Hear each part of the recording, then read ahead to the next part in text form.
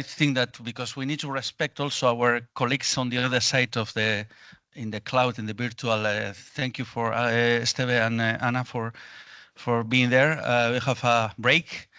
There are people coming and going because there are some flights after the General Assembly here in Enfield. Newcomers as well. So I would like to just wrap up a little bit, but I've been discussing with some of you some topics that probably are related to this. I know that the topic trustworthy AI, as I presented, and I presented as a big challenge, is a multidisciplinary topic that sometimes is very difficult to engage with different audiences. You know, I know that the ENFIELD, as I said, we are pretty much engineers, computer scientists, and so the perspective by myself, I try to combine policy with social science a bit with governance. Anna presented pretty much on the policy perspective as well from the industrial competitiveness of the EU, but also comparing with some of the cases in the Middle East, in the US, and also in Europe.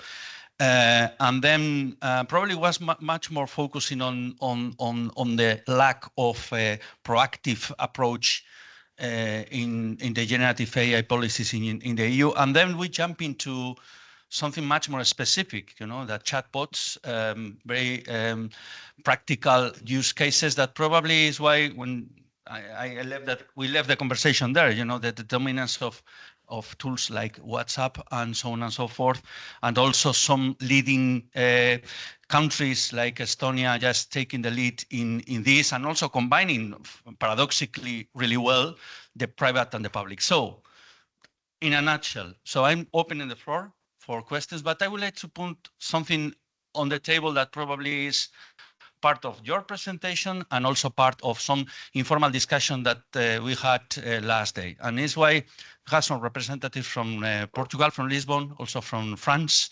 I mentioned AI Action Summit. So you, Anna, particularly, because we've been talking about that over the last, let's say, 2 months while I was in Warsaw, giving some lectures as well, the connection, the lack of connection between AI and generative AI and data. Okay, we are this black box, but something in between that probably many people here in the room are aware of. I didn't know, for instance, because when I was working at the European Commission, the Joint Research Center, that was one of the key points, data spaces or data ecosystems. So I have seen some people, some interest, and probably this is a way to, let's say, to overcome this bottleneck between, you know, AI, the black box of AI, and how can really develop trustworthy AI through data ecosystem, data spaces. I'm using 2 concepts because while we're in the European Commission, some people mention our data ecosystem, some other mention data spaces. Actually, Esteve, by the way, we have a paper in Transforming Government about data ecosystems. I'm not selling our paper, but it came to my mind while I was just talking, you know, about data ecosystems, you know, in the case of Barcelona. And you are laughing, I know. But so I'm opening the floor because I know that a representative from France, he has some interest and very good things about how to negotiate contract, the lack of, or the difficulty to negotiate contracts between institutions, either from the private or public sector, when it comes to which data we can share, you know. So I'm just giving the floor to him. Also, Manuel, I remember that he, from utilities in Lisbon, he has quite a lot of interest on that. So just open discussion. Thank you very much for accepting the request. So, hello everyone. My name is Anden. I'm a representative from Institut Mines Telecom in France. And we had a discussion during the break. For context, Institut Mines Telecom is heading GAIA-X France, which is an important actor in the building of data spaces. And at the level of our national AI community, we've actually been discussing about problems related to data. We work a lot with industrial partners, and it's particularly challenging, you know, to negotiate getting access to data, using data, tracing the use of data. And we're actually discussing on building data spaces for research data that will allow to bridge the gap between industrial partners and research partners. but also, of course, help guarantee the traceability of the data used with the AI approaches, particularly if those are meant to be deployed at with industrial partners who are who have to follow the AI Act. And in that context, what we were discussing is that data spaces probably have a very important role to play in the ability to enforce the AI Act, or at least to be able to have full traceability of the data used to train AI systems. And as it's a strong requirement, in my opinion, currently the only technical solutions available are probably data spaces. At least those fit the bill the most closely currently. Yeah, so that was, I think, the gist of our discussion. Thank you very much. I don't know if you have any comment, either Esteve or Anna. No, of course, please. You can. Yes, I have some comment. Yes, where we are in the let me lower the hand. Yes, where we are now in the technical field and so on. Well, the action is no longer on data, at least in the general chatbot. I mean, the action of this is what we call pre-training. So these massive quantities of data that you train the chatbot and so on. This has been the action until a few months or 1 year, maybe. And the action now is in the post-training. Is once you have this base chatbot, that is the base model and so on, how you model this chatbot to give the correct answers. And basically now the most interesting field is how do you guide the chatbot to think correctly. Teaching the chatbot to think is probably what the action is. There is quite a lot of interest still in data. I mean, data is in the general chatbot in the West exhausted probably. And there is also some interest in data in kind of two different lines. One is multilingual data.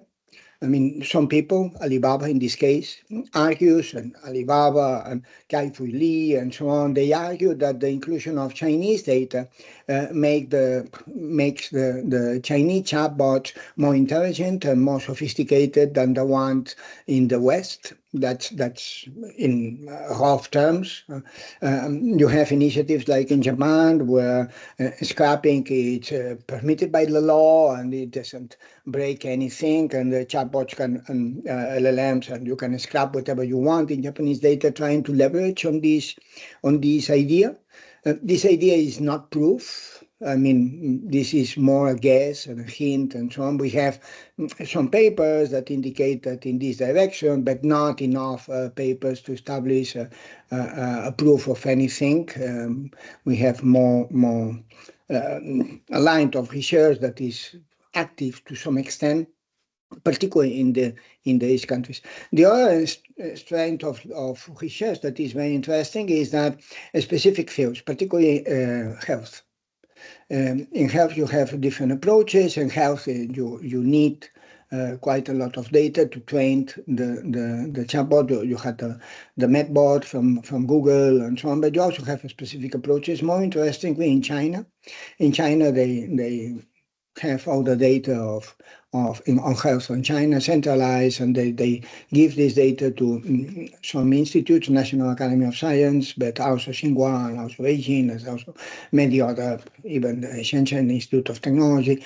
And they have this data and they can train, and the idea is to incorporate these generative AI to medical devices, so they can provide diagnose directly not only the information and the data, but also a diagnose or a pre-diagnose and so on. For them, it's important because they lack doctors. They don't have enough doctors. So incorporating all these technologies into the medical system of China is a pressing need. In the US, you have pockets of agreements between the huge hospitals. Mayo Clinic is the probably best known one to the others. So in these particular specific things of data, these are data spaces that we have here, that we talk about them here, but in In Europe, I don't know anything working with some results and with some nothing equivalent to Gemini, for example, and so on. So this kind of too strange of data, but a lot of the data is synthetic generated by other chatbots nowadays. This is the stealing that it's widely used in the industry, and it's how the action is on the other side, is in the post-training, and that's where the growth and that's where the hopes that the whole thing will face is right now. Thank you. Okay, thank you, Esther. We have Anna wanted to take the floor, and also in the back, Manuel. So please, Anna, the floor is yours. So thanks. So just in addition to this particular strand of the conversation, so in relation to data and businesses and data sharing, we have two issues: public-private sectors. We always have to deal with the relative imbalance between institutions representing the public and the private sector. So as long as we are unable to establish collaboration based on certain specific tools that protect the interest of the private sector, there will be very little incentive for the private sector to actually share the data. And then the other way around, it might be somewhat easier. So this is one thing. And then there is, again, the question of data quality in the European Union. The first issue is the protocols of data collection, data storing, and then data sharing. And what we see mostly is that the market is highly fragmented. So the great paper by Professor Calzada and Esteban Amiral that was published in Transforming Government a few years ago focuses on the ecosystem of Barcelona, but data tends to be collected locally and nationally, and then it's very difficult to bypass the territorial dimension of data that we have. So just in addition, just a few points. Thank you. Yeah, thank you very much for that. So that's very true. And this kind of data flows, that they are crossing borders. And it's why, before I'm going to give the floor to Manuel, I think that the discussion that I had, for example, with Gesa on Wednesday, that he was very critical with Gaia X, saying that, it was something between Germany and France. And actually, I think that the reaction by this report released yesterday about Eurostack is not just talking about data, it's just talking about software, it's talking about the Internet of Things, it's talking about the whole stack of the whole layers that could be developed at the territorial level. Probably is why urban AI is going to be very relevant in terms of overcoming, as we probably share the same issues that we've been seeing in developing digital transformations in cities, in smart cities particularly. So it's why I don't know how much hopeful we could be with this kind of Eurostack, but it's very true that at the end of the day, it's not that simple data sharing with the European Commission establishing data ecosystems, data spaces. Data sharing is not that simple from the public and the private sector, because as Anna mentioned, there are quite a lot of trade-offs. And as you mentioned with your case in telecom in France, we are facing the contracts having a lot of difficulties in achieving these kind of agreements. So, Manuel, we discussed about this, the data. I don't know if you refer to the data spaces, data ecosystems. Well, the terminology at the moment, I think, is not that relevant. So please, happy to hear your takes, your comments on this point. Yes. EDP is involved in one of the several projects about data spaces. But my question here goes to two different dimensions. One, it's one of the most important components in the data space, which is the catalog. The catalog, it's the list of data sets and services, mainly AI services, of course, analytical ones and so on, but mainly AI services that one can provide to the system or to the ecosystem. I don't think we have much culture of advertising services and data sets. And my question is for you too. How can we improve this dimension of advertisement of our own products, of services and data within this new context of data spaces. And second question is, there is much concern from the research world that from the perspective of data spaces, many organizations like utilities, for instance, will take what is until now open data and try to monetize it. So making them share data, trackable, of course. And with this possibility, this feature of having the data trackable, the research world will lose this possibility of having free data, open data for research purposes. How do you see this paradox? Thank you very much, Manuel. Very good questions. So please. Let's focus.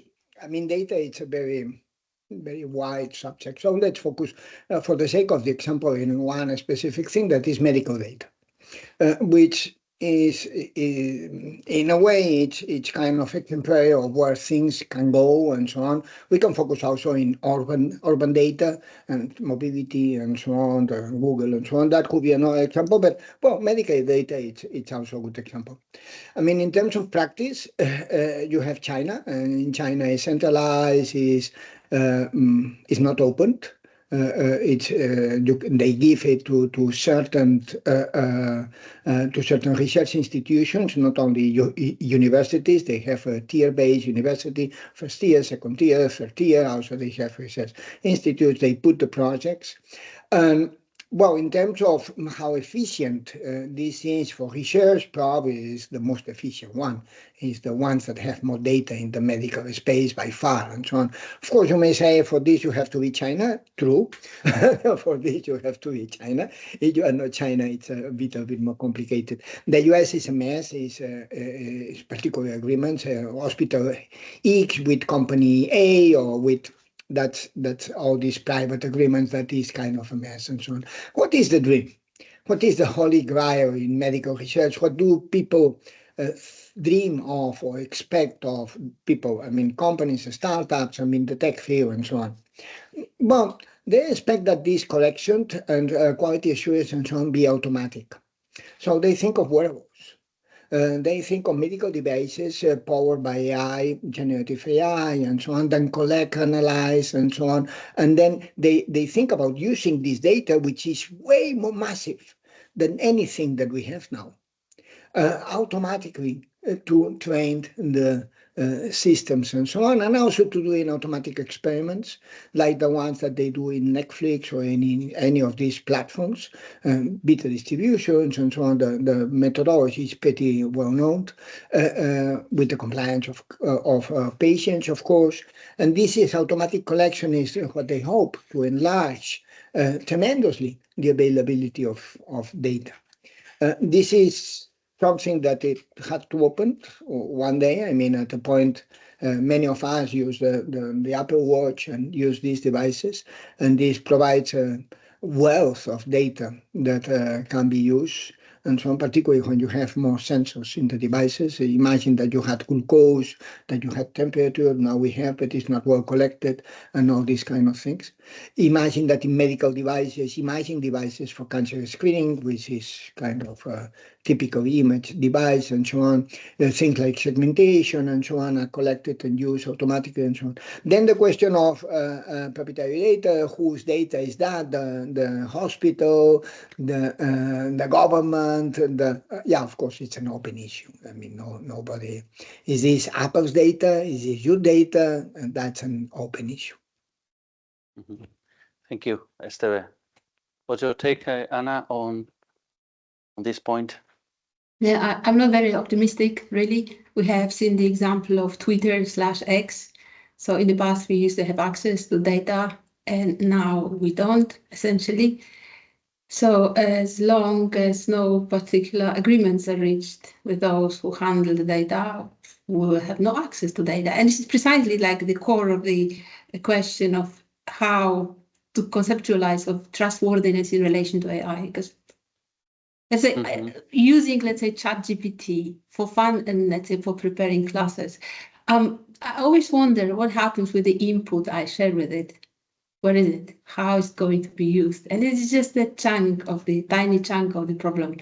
So, well, that's much. Well, for me, and probably is why. Thank you both, Esteban and Anna, for wrapping up some of the conclusions probably of this workshop, this hybrid workshop on trustworthy AI. Because as just let me end up with one quotation. When you mentioned DeepSeek, we will mention it from the early beginning. You mentioned right now ChatGPT. You know, all the data that we are feeding in real time at the moment in ChatGPT, and recently even more when we try DeepSeek. All the data, the machine that we are feeding with our search or with our prompts when we include that. And for me, it's a very good way to, and probably we need to think on a paper, another chapter, another whatever, something that I shared last week with my students in Montreal University, actually a baccalaureate student, so they have no idea about that, but it came out in the conversation with the students.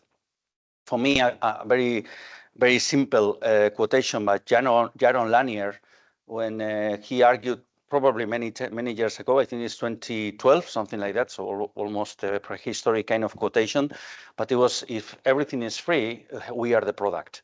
So I think that the Web 2.2 was pretty much developed, all the social media, YouTube, Facebook, even you mentioned X and Twitter and all the development by Elon Musk. It was pretty much developed from this perspective. But at the moment, we are still feeding, despite the fact that the Web3, as I introduced at the early beginning, is the promised land of peer-to-peer relationship with no central authority. We are seeing that how is not happening. I mean, we have still central authorities that are controlling our data, and the AI, the generative AI, is pretty much feeding the machine again, and we are not able to deconstruct this machine. So, if something is free, we are still being the product.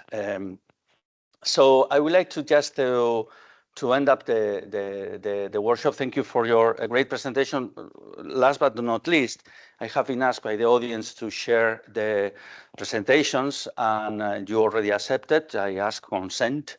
Trustworthy AI means also asking for consent explicitly, so they provided the consent. So Matthias, we are going to put the presentations in the ENFIELD website related to this workshop.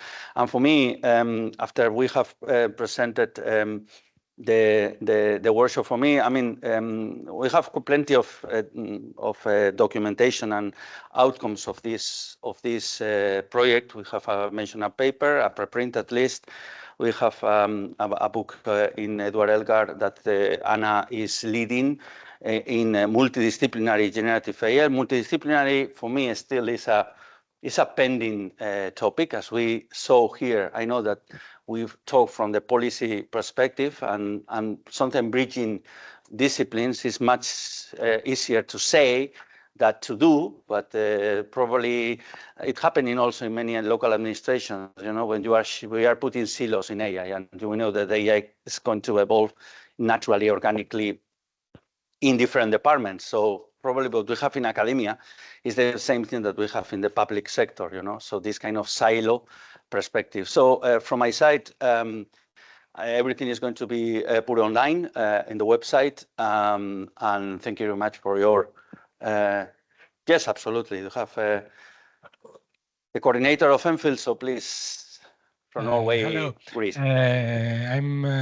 George Pathoulas. I'm an associate professor with NTNU. We're coordinating the project, the ENFIELD project.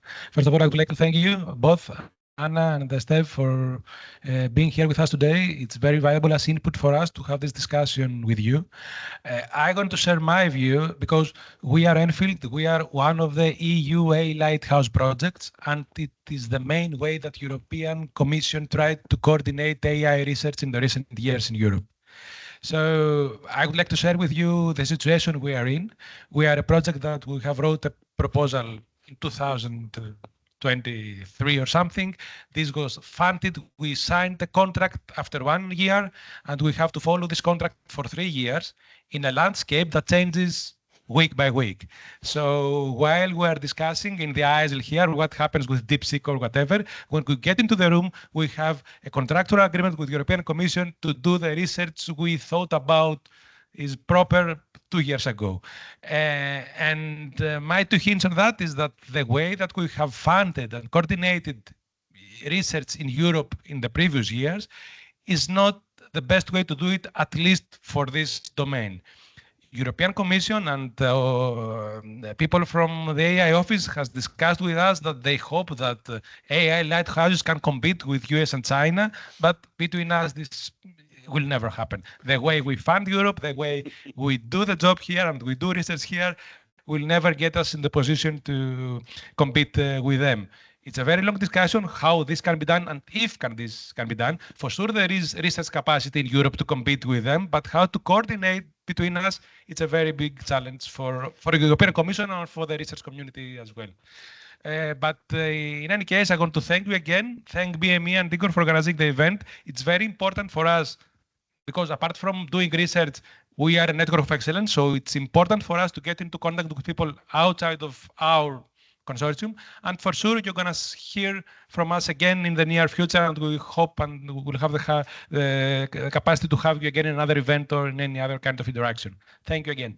Thank you very much, George, for your realistic final remarks. Probably without this final remark, this workshop probably would have not any meaning. So the multidisciplinarity is a challenge still, so it's obvious here, but the realistic notion of this very lively and let's say quickly evolving domain, as you mentioned, I think is at least very encouraging for me. I think that I know Esteve and I know Anna personally, and we share the same view. But so this is final remark. I really appreciate that as you, as an ENFIELD consortium, and more than happy to collaborate onwards to make this a real thing, a multidisciplinary thing, but also a strong European proactive strategy for all of us, because I think that the future is exactly on this debate. Thank you very much, Anna, and thank you very much, Esteve, and thank you, Gesa, Mohamed, and Matthias as well. Thank you.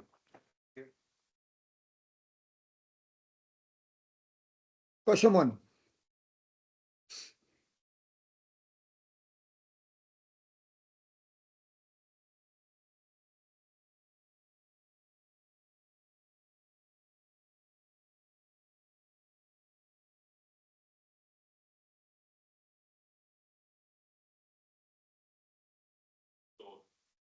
Perseverance of those who are here. I think the others have left. So now the only task we have that we can discuss here, and then we can go for lunch. So the question is, just raise your hand who can come to the lunch, because otherwise a lot of people are traveling. At 8, 7, if I counted well. Okay, so just the others, maybe you need to leave early. So Matthias is, he will come back soon. So then when you come back, we can go. And in the meantime, thank you again for the whole week. Some of you spent the whole week here, so that you devoted that much time and energy of being here. And I hope that we can continue the collaboration. One aspect which I forgot to mention, but maybe it's interesting for you. I really like in Esteva's presentation the comparison of governmental or public service chatbots across a lot of continents. So like that's a very interesting information, and maybe it is something where we could work together with him, that everybody could look after like something similar in his own country and maybe extend that table. And this is something like concrete action that we can share. Especially it's interesting, for example, whether how much can you use that country's information if you don't speak the language of the country. There is how many languages are available. So I was just really surprised with a very simple thing, like we had this problem with Mariana, and I really recognized what a problem it is if you are Portuguese and you get a virus in Budapest. So basically you are in the EU, like in a relatively developed place, but still there is no streamlined solution of how it is the best or how you can solve it. Fortunately, until it is not AI controlled, but there are humans, and humans know some people, then this way you can get to some solution. It works. But so that was my impression, and again, looking forward. Yeah, I need to say probably you missed the when he presented while I was doing the ENFIELD project, because I was focusing on trustworthy AI at the end of the day, and we have not even reached the way in which we can ensure not just ethical, as Anna said, safe data. Then we have data ecosystem, data sharing. So still is a pending thing. So while I was developing the project, because I've been collaborating with Esther for years, for a decade at least, we was offered the whole data sets of the local administrations in worldwide, you know. So in parallel is why this is an ongoing paper. The one that we have is one. So this of the chatbots in the public sector is very easy, but at the same time, the whole question for me is why I asked directly about WhatsApp. Because if Latin America is using WhatsApp, it's a dominant mainstream technology owned by, as we know, by the US, right? So again, I think that this is good, a specific question, but you need to scale up a little bit and see how, you know, the federated, decentralized manner could just ensure trustworthiness, you know, and then of course we have the policy macro policy level of AI Act, and you know that should be complied. So it's a good, an easy way to start with. That it was in parallel with the ENFIELD project, but sooner than later, I can see that both of them are going to interact. You know, the methodology that he presented with the table, I think it still is. I would say that they are. I mean, I wouldn't say that I'm certain on this. I'm much more certain on the paper that we have submitted. So let's see, because I think that this is going to be probably something that are going to influence the public sector even in ensuring trustworthy. But let's see. I think as our coordinator said, this is very ongoing. We didn't talk. We didn't know even about DeepSeek probably even 3 weeks ago, 1 month ago, and right now it's very alive. You know, it's influencing our discussions. So yeah.